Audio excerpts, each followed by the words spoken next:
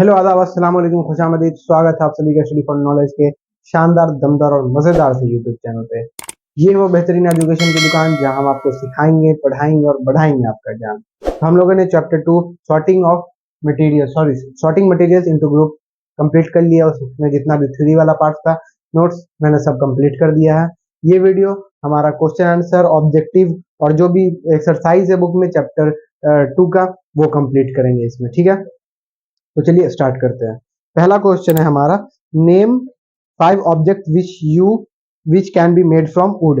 5 ऐसे ऑब्जेक्ट का नाम बताना जिसे हम वुड से यानी लकड़ी से बना सकते हैं। तो बहुत इजी है, आप इसको खुद से भी बना सकते हैं और अगर बना लिए हैं तो चेक कर लीजिए, नहीं बनाया तो यहाँ से देख लीजिए। तो इसको हम लोग डायरेक्ट नाम नहीं लिख देंगे। हम लोग पहले क्वेश्चन का जो आंसर में लिखना, जो पार्ट लिखना होगा वो लिखेंगे। तो हम लोग लिखेंगे 5 objects which can be made from wood. ठीक है,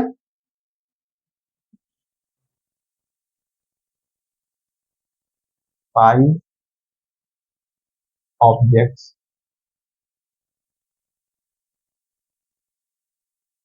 विच can be made from wood, which can be made from wood are. तो क्या क्या बना सकते हैं आप खुद से सोचिए। हम लोग लकड़ी से क्या क्या बना सकते हैं। तो आपके घर में टेबल होगा, चेयर होगा, बेड होगा, कप बोर्ड होगा, और क्या हो सकता है, और एक डोर होगा, विंडो होगा, ये सब चीज बना सकते हैं। तो बस वो आप लिख लीजिए। तो आर फर्स्ट, टेबल, मैं ऐसे लिख दे रहा हूँ। ऐसे में दूसरा क्वेश्चन में बनाना है, आपको ऐसे लिखना होगा। ठीक है, टेबल,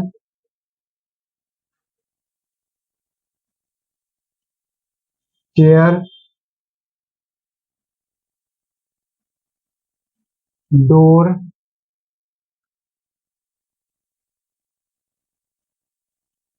कपबोर्ड,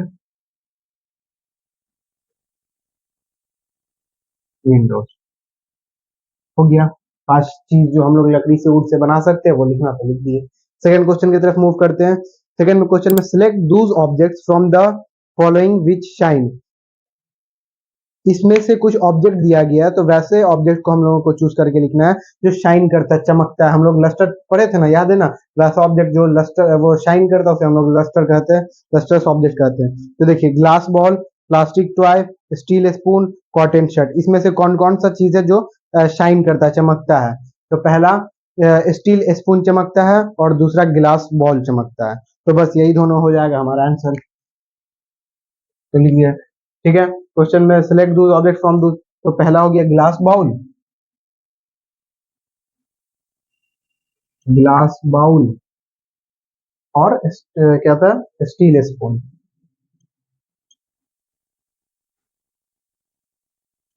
स्टील स्पून। हो गया। तीसरा क्वेश्चन हमारा मैच द फॉलोइंग है, हम मैच करना है। तो पहला बुक, ठीक है, तो बुक हमारा किस में लग जाएगा? पेपर में लग जाएगा। बुक हमारा पेपर में लग जाएगा, पेपर से मैच हो जाएगा क्योंकि बुक पेपर से ही बनता है। टम्बलर, टम्बलर गिलास, टम्बलर वो पढ़े थे, शीशा का गिलास जो हम लोग पढ़े थे, तो टम्बलर गिलास का हो गया। चेयर, चेयर प्लास्टिक, प्लास्टिक का हो गया। टॉय, टॉय हो गया। या फिर चेयर को आप वुड में कर सकते हैं और टॉय को आप प्लास्टिक में कर सकते हैं। और शूज हो गया लेदर का। तो पहला लिख लेते हैं, बुक का हो गया पेपर, उसके बाद क्या है, टम्बलर, टम्बलर का हो गया ग्लास, उसके बाद चेयर, चेयर का हो गया वुड, उसके बाद हो गया टॉय, टॉय का हो गया प्लास्टिक, उसके बाद लास्ट कौन बचा, शूज, शूज, शूज का कौन सा हो जाएगा, लेदर, लेदर। हो गया, ये मैथ का फॉलोइंग आपका कंप्लीट हो गया। बहुत इजी सा था, इसको आप खुद से भी बना सकते हैं, नहीं बनाए कोई बात नहीं, इसको देख लीजिएगा लेकिन ध्यान में रखिएगा। क्वेश्चन नंबर 4 की तरफ मूव करते हैं। तो ट्रू और फॉल्स पूछ रहा है। तो पहला पूछ रहा है, stone is transparent white glass is OPEC.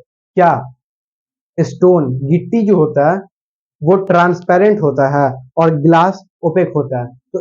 तो पहले बात याद करना कि ट्रांसपेरेंट क्या होता है और ओपेक क्या होता है। तो हम लोग पढ़े थे ट्रांसपेरेंट, क्या पढ़े थे, जिससे जो वैसा मटेरियल जिससे हम लोग बिल्कुल क्लियरली देख सकते हैं उसको ट्रांसपेरेंट कहते हैं। ओपेक जिससे हम लोग बिल्कुल आर पार नहीं देख सकते उसको ओपेक कहते हैं। तो गिट्टी को हम अगर ऐसे रखेंगे, ये स्टोन को हम लोग ऐसे रखेंगे तो उसके आर पार हम लोग देख सकते हैं। अगर हम स्टोन को ऐसे रखेंगे तो उसके आर पार हम लोग देख सकते हैं, बिल्कुल नहीं देख सकते। तो ये फॉल्स हो गया। और फिर ये भी कह रहा भाई ग्लास इज ओपेक, ग्लास कैसे ओपेक होगा, ग्लास के आर पार तो हम लोग बिल्कुल आसानी से देख सकते हैं, ये ग्लास है तो हम लोग इसके आर पार तो बिल्कुल बिल्कुल आसानी से देख सकते हैं। तो ये ट्रांसपेरेंट होगा और स्टोन ओपेक होगा। यहाँ पे तो उल्टा कर दिए तो ये फॉल्स हो जाएगा। तो पहला फोर नंबर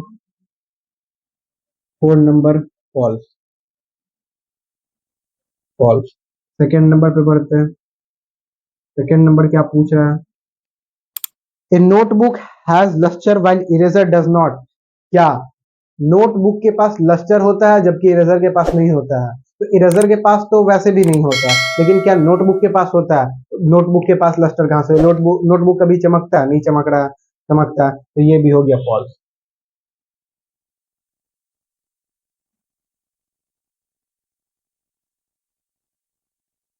थर्ड नंबर पे मूव करते हैं। थर्ड नंबर में क्या करा है, चॉक डिजोल्व इन वाटर। क्या चॉक पानी में डिजोल्व हो सकता है। हम लोग दो वर्ड पढ़े थे, एक फ्लोटिंग और एक सिंकिंग। फ्लोटिंग मतलब तैरना और सिंकिंग मतलब डूब जाना। ठीक है, ये बात मैं रिकैप करवा दे रहा हूँ कि अगर नहीं ध्यान में तो ध्यान में आ जाए। तो चॉक डिजोल्व इन वाटर, क्या चॉक पानी में मिल सकता है। चॉक पानी में सिंक हो जाएगा लेकिन पानी में मिलेगा कभी नहीं, ध्यान में रखना इस बात को। तो ये भी क्या हो गया, फॉल्स हो गया। ये भी क्या हो गया, फॉल्स हो गया। क्वेश्चन नंबर फोर की तरफ, a piece of wood floats on water. क्या एक लकड़ी का टुकड़ा पानी पे फ्लोट कर सकता है। फ्लोट मतलब क्या, तैरना। सिंक मतलब क्या, डूब जाना। जब भी कोई एक वर्ड आपके ध्यान में आए ना, जैसे आपने फ्लोट सुना, तो आपको सिर्फ वो फ्लोट वर्ड का मतलब नहीं आना चाहिए, फ्लोट वर्ड के साथ साथ आपको सिंक का भी माइंड में ख्याल आना चाहिए, तभी जाकर के दोनों रिलेटेबल होगा। तो फ्लोट मतलब अगर तैरना हो रहा तो सिंक मतलब डूबना। ठीक है, अब क्वेश्चन पे वापस आते हैं। A piece of wood floats on water. क्या एक लकड़ी का टुकड़ा पानी पे तैर सकता है, ये तैरता है। तो हाँ, पानी लकड़ी का टुकड़ा पानी पे तैरता है। तो ये क्या हो गया, ट्रू हो गया, ट्रू हो गया। क्वेश्चन नंबर फोर हमारा कंप्लीट हो गया। क्वेश्चन नंबर फाइव की तरफ बढ़ते हैं। सॉरी, क्वेश्चन नंबर फोर में भी और भी है। क्वेश्चन नंबर फाइव की तरफ, क्वेश्चन नंबर फाइव में, हाँ, sugar does not dissolve in water. क्या चीनी, सुगर पानी में डिजोल्व नहीं होता है। डिजोल्व मतलब मिल जाना। तो अगर सुगर पानी में डिजोल्व होगा ही नहीं तो हम लोग कोई भी शरबत कोई भी जूस कैसे ही पियेंगे। तो ये बात भी गलत है। सोचना है, इजी इजी, बहुत इजी लैंग्वेज भी है, बहुत इजी क्वेश्चन भी है। बस तुमको अपने लाइफ से रिलेटेड सोचना है, सोच लोगे आंसर मिल जाएगा। तो सुगर पानी में पानी, sugar does not dissolve in water. क्या सुगर पानी में डिजोल्व नहीं हो सकता। नहीं, ऐसा तो नहीं, बिल्कुल हो सकता है। तो ये क्या हो गया, फॉल्स हो गया।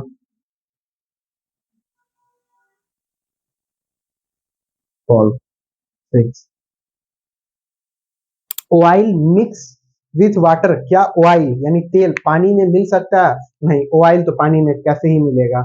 हाँ, तो हम लोग पढ़े थे ना फ्लोटिंग और सिंकिंग। फ्लोटिंग में एग्जांपल था ना ऑयल वाला, क्योंकि सिंक में तो बहुत सारा जो भारी चीज होगा वो सिंक हो जाएगा, लेकिन ऑयल पानी से हल्का होता है, ऑयल वाटर से हल्का होता है, तो वो फ्लोट करता रह जाएगा। लेकिन यहाँ पे क्या कह रहा है कि ऑयल पानी में मिक्स हो जाएगा। नहीं, बिल्कुल नहीं हो सकता। तो इस वजह से ये भी क्या हो जाएगा, ये भी फॉल्स हो जाएगा।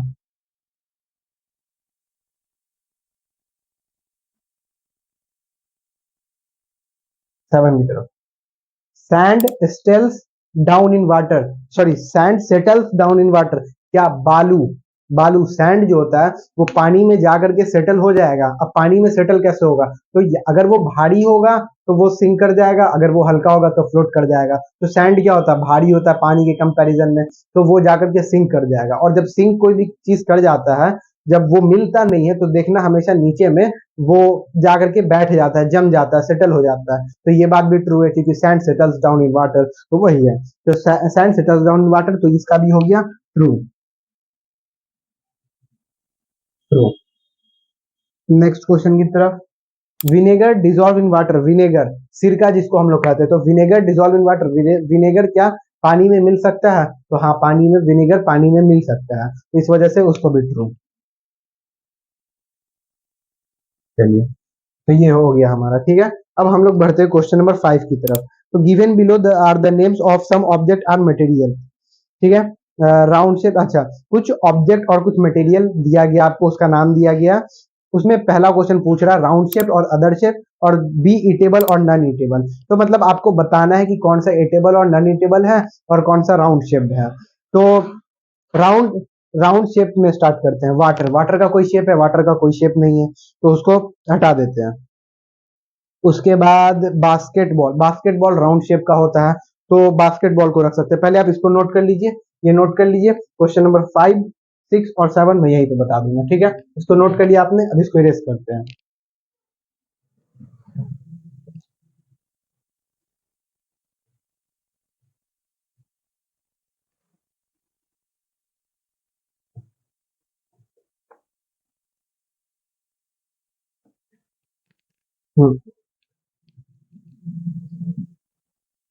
क्वेश्चन नंबर 5 में पहला है round shape and other shape. इसको हम लोग ऐसे बना लेते हैं, राउंड शेप्ड और अदर शेप।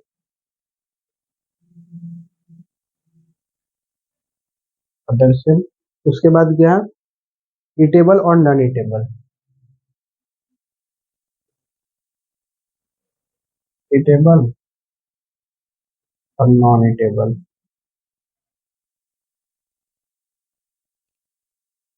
ठीक है। तो हम लोग पहला देखते हैं, वाटर। वाटर क्या है? ईटेबल में आ जाएगा, वाटर। वाटर, ठीक है। उसके बाद क्या होगा? बास्केटबॉल। बास्केटबॉल किस में आएगा? बास्केटबॉल आ जाएगा राउंड शेप में।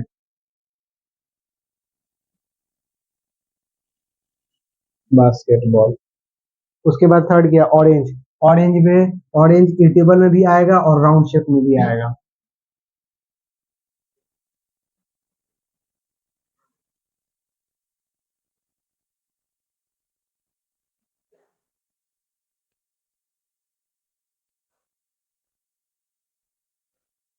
उसके बाद है शुगर।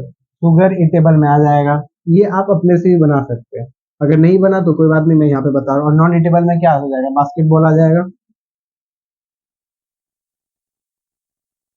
बास्केटबॉल आ जाएगा। चलिए, शुगर हो गया, शुगर ईटेबल में आ गया।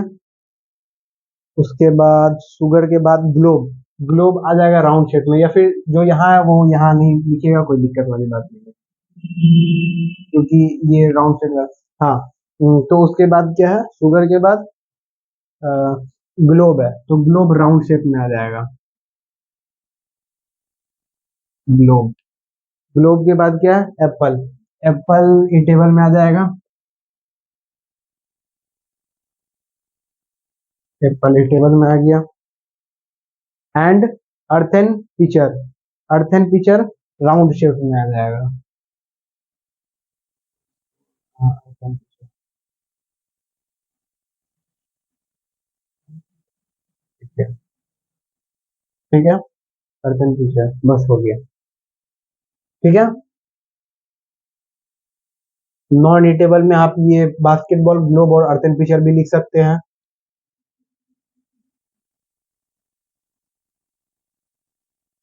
बास्केटबॉल, ग्लोब,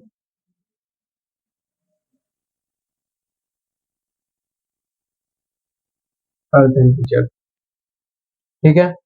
अदर शेप्ड में आप वाटर, सॉरी, शुगर और एप्पल लिख सकते हैं।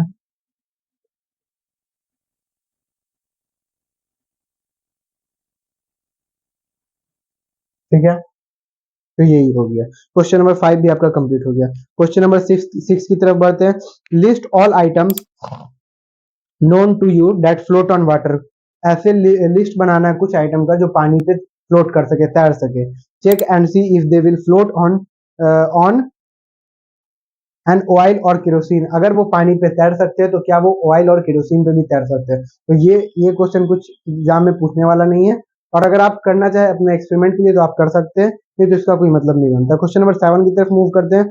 Find the odd one out from the following. तो chair, bed, table, baby, cupboard. अब देखो चेयर, बेड, टेबल और कप बोर्ड ये सब प्लास्टिक या फिर वुड से बनाया जा सकता है, लेकिन बेबी नेचुरल है और वो सब मैन मेड भी है, तो यहाँ पे बेबी ऑड वन आउट हो जाएगा। तो क्वेश्चन नंबर 7 7 का ए, 7 का ए, इसका आंसर बी, सी, डी। तो 7 का ए, इसका आंसर क्या हो गया? बेबी। ठीक है। बी, रोज, जास्मीन, बोट, मैरीगोल्ड, लोटस। ये सब रोज, जास्मीन, मैरीगोल्ड और लोटस क्या है? ये सब फ्लावर के नाम है, लेकिन बोट ये तो मैन मेड है, फिर वुड से बनता है, तो ये भी ऑड वन आउट हो गया। तो इसमें भी क्या हो गया? Boat, boat. Question number C, aluminium, iron, copper, silver, sand. ये देखो एल्यूमिनियम, आयरन, कॉपर, सिल्वर ये सब क्या हो गया? मेटल और नॉन मेटल्स वगैरह है। और सैंड क्या हो गया? ये तो एक मतलब छोटा सा पदार्थ हो गया। ठीक है, तो सैंड इसमें ऑड वन आउट हो गया। या फिर ऐसा कैसे पानी में नहीं मिल सकता? इसमें पानी वाला वैसी कोई बात नहीं है, वो तो डी नंबर में है। जैसे sugar, salt, sand, copper, sulphate. तो सुगर, साल्ट और कॉपर सल्फेट ये सब पानी में मिक्स हो सकता है, लेकिन सैंड पानी में मिक्स नहीं हो सकता, तो यहाँ पे हो गया सैंड। तो ये हो गया आपका क्वेश्चन नंबर 7 कंप्लीट। बहुत बहुत मुबारक हो, कॉन्ग्रेचुलेशन। चैप्टर नंबर 2 आपका sorting material into groups theory भी खत्म हो चुका है और इसका क्वेश्चन आंसर भी खत्म हो चुका है। ठीक है, अब इसमें आपको कुछ नहीं करना है, बस क्वेश्चन आंसर वगैरह आपको लर्न करने हैं, और जो नोट्स है वो भी, इसमें जो डिफिनेशन वगैरह मैंने आपको बताया आप वो भी लर्न कर लीजिए। बस दैट्स ऑल, इससे ज्यादा इस चैप्टर से कुछ नहीं पूछने वाला। ठीक है, अगर वीडियो अच्छा लगा हो तो लाइक, शेयर, सब्सक्राइब जरूर कीजिएगा। मिलते हैं किसी नए वीडियो में किसी नए टॉपिक के साथ, जब तक के लिए थैंक यू वेरी मच।